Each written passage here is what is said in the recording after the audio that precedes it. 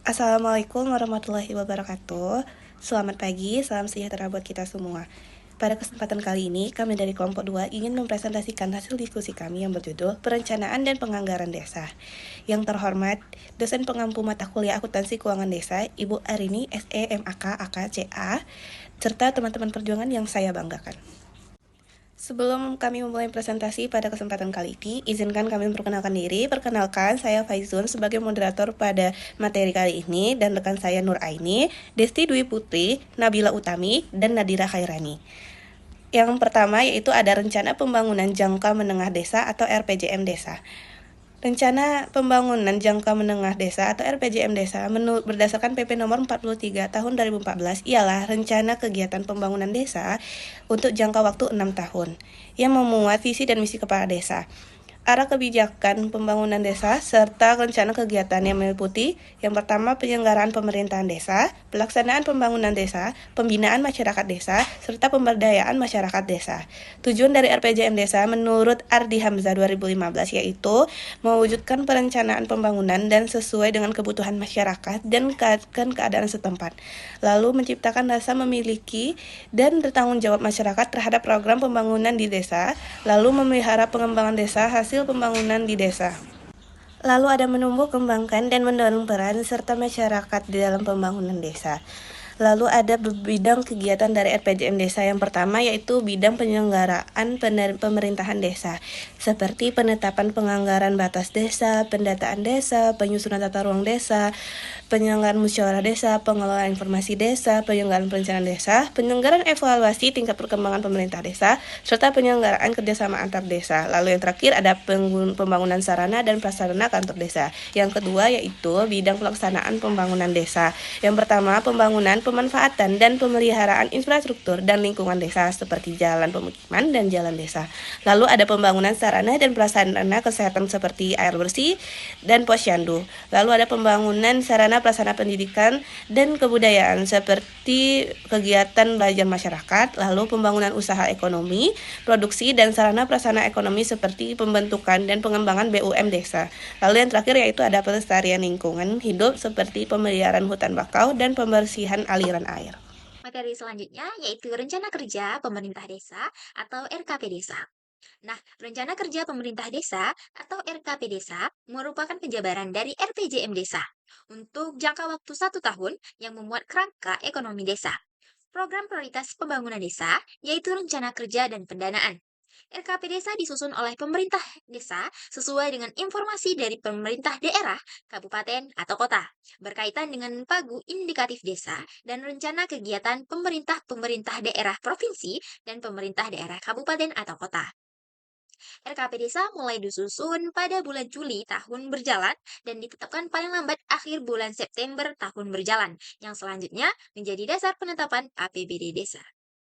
Selanjutnya, penyusunan RKP Desa meliputi yang pertama ada penyusunan perencanaan pembangunan desa melalui musyawarah desa, yang kedua pembentukan tim penyusun RKP Desa, yang ketiga pencermatan pagu indikatif desa dan penyelarasan program atau kegiatan masuk ke desa. Yang keempat, pencermatan ulang dokumen RPJM Desa. Yang kelima, penyusunan rancangan RKP Desa. Yang keenam, penyusunan RKP Desa melalui musyawarah perencanaan pembangunan desa. Yang ketujuh, penetapan RKP Desa.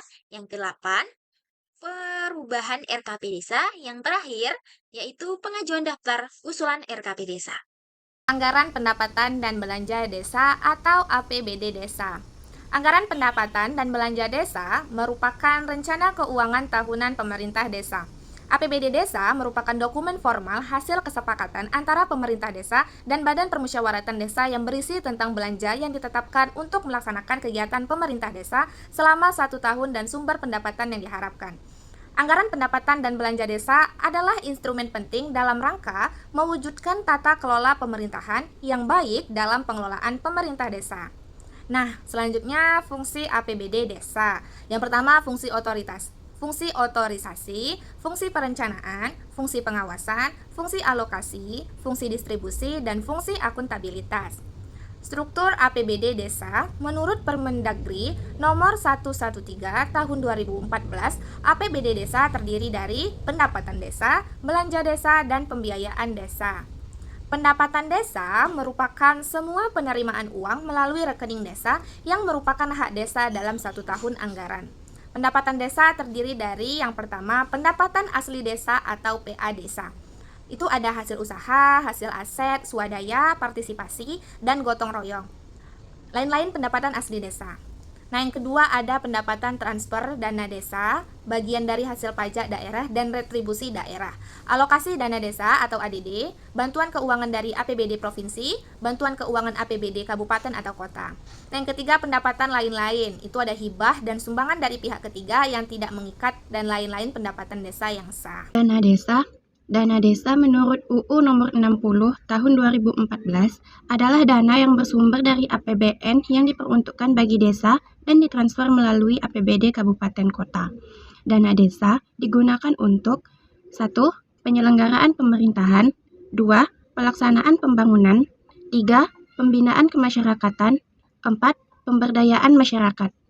Penyaluran dana desa dilakukan secara bertahap. Tahap 1 pada bulan April 40%, tahap 2 pada bulan Agustus 40%, dan tahap 3 pada bulan Oktober 20%. Bagian dari hasil pajak daerah dan retribusi daerah.